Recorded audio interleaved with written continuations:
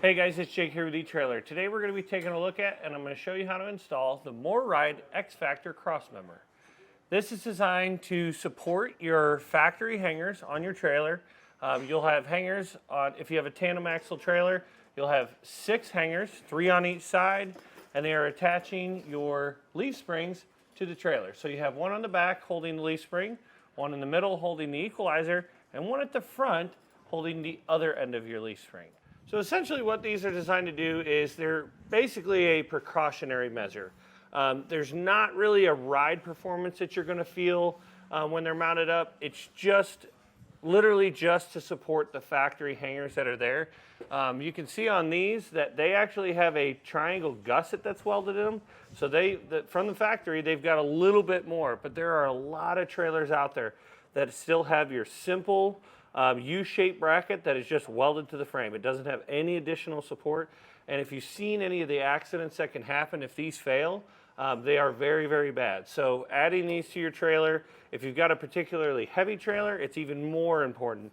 You add these to your trailer. You can add as many as you want. You can add, I typically would recommend at least adding 2, if not 3.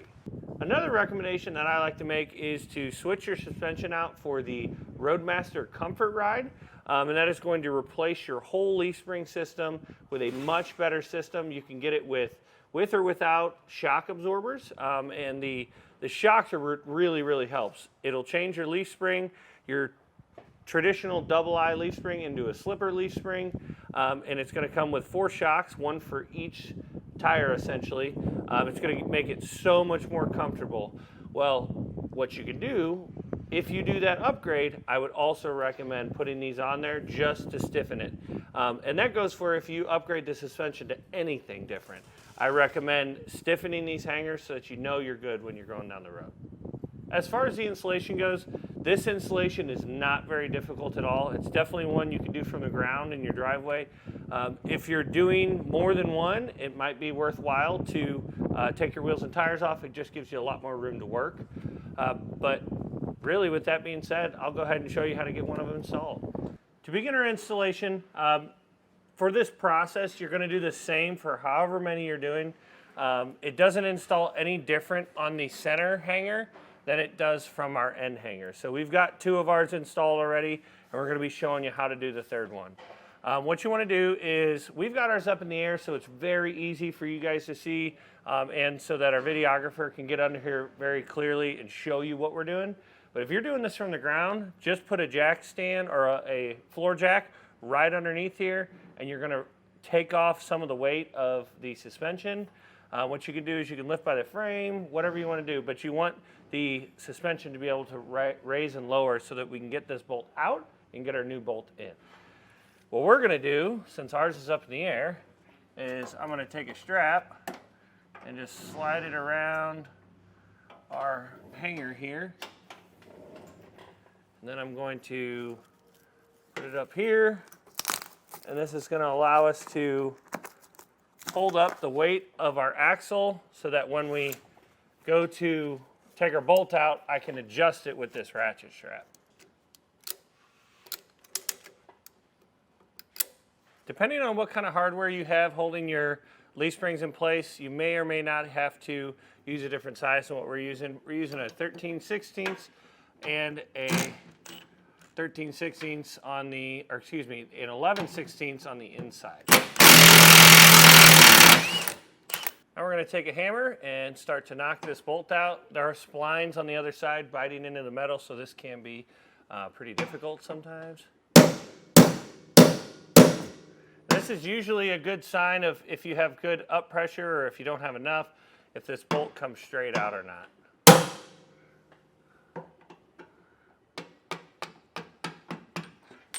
So we can see there, we have got the perfect pressure on our leaf spring because our eye didn't move at all. So we should be able to take our brand new wet bolt and slide it right in from the back.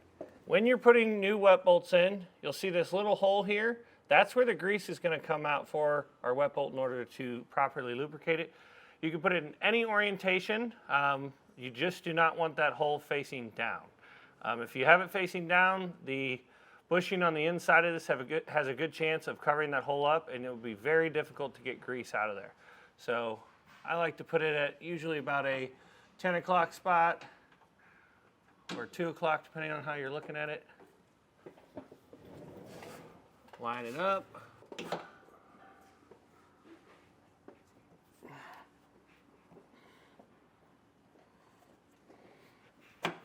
There we go. Get it to pull all the way through, and then what we're going to do is we're going to hold, in order to set these splines, we're going to hold on to the head of our wet bolt here, and once we put our nut on, we can draw this in, and that'll get everything lined up. Now that you've got your new wet bolt in place, you don't have to worry about it sagging anymore, so we'll take our strap off and give ourselves room to put our bracket in place. For your brackets, the brackets are going to be slightly different size, and if you're particular like me, you want to put all the large brackets on the same side and the smaller brackets on the other. That way your cross members look exactly the same when you look underneath the belly. It really doesn't matter which side you put it on, but we're going to stick the larger bracket over here. Take your washer, slide it over, and follow it with your nut. So we're going to thread this on. What we need to do is when we tighten this up, we want to be sure that this washer is going to go over the collar on that bolt. We'll take our 11/16 socket, our wrench, and snug this up.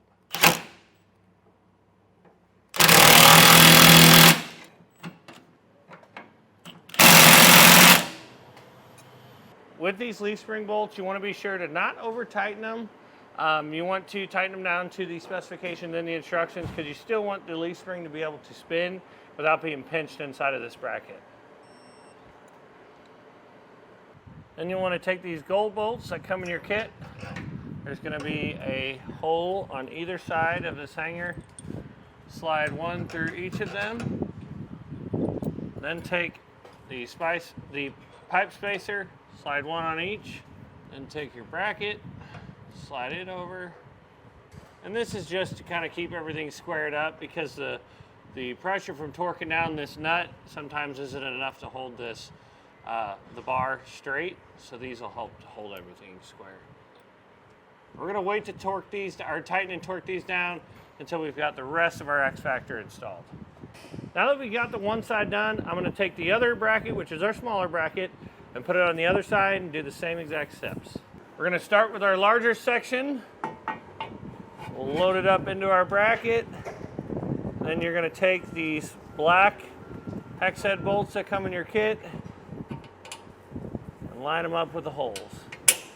And usually you can get all 6 of them to slide in, and then come back and we'll put a nut on each one of them. Once you get 2 or 3 in, it'll hold the bar up for you. You can get the rest installed on the other side.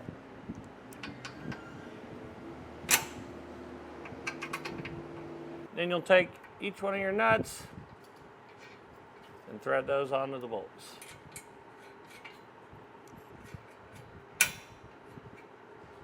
Then you want to take your smaller section. You'll see it slides right up inside of the other one, the center bar, and we'll repeat that same process on this side.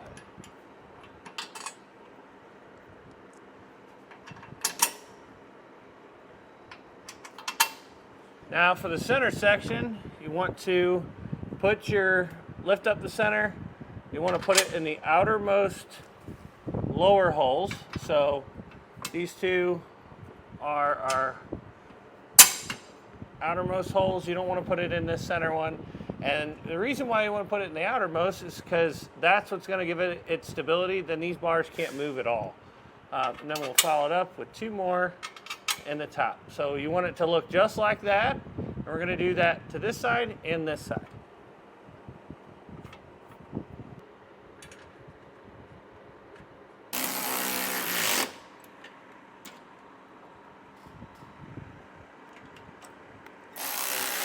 Now we're going to tighten down these 2 gold bolts on the end before we tighten up the center, because we want to be sure that this bracket is pulled as tight as it can against the side here.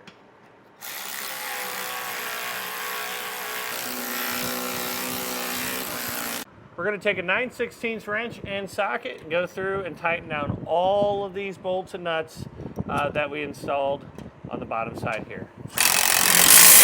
Now you might be wondering, does it matter which way the bolts or nuts are facing? And it really doesn't matter because these are crush nuts. What they're designed to do is they're designed to go on and be very difficult to vibrate back off. But I prefer the nuts to be on the inside so that hopefully it keeps the threads of the bolts a little cleaner. That way if you ever have to take this off, it should come off a little bit easier. You can put them with the bolts facing outward and the nuts on the outside. It really doesn't matter. The torque spec is not that high for these, and since it's just pinching these two pieces of metal, you should be okay.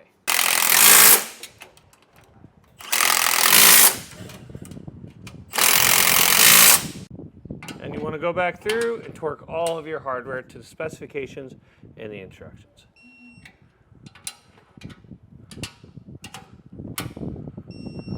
Once you have everything torqued down properly, the last thing you want to do is come back and grease your wet bolts.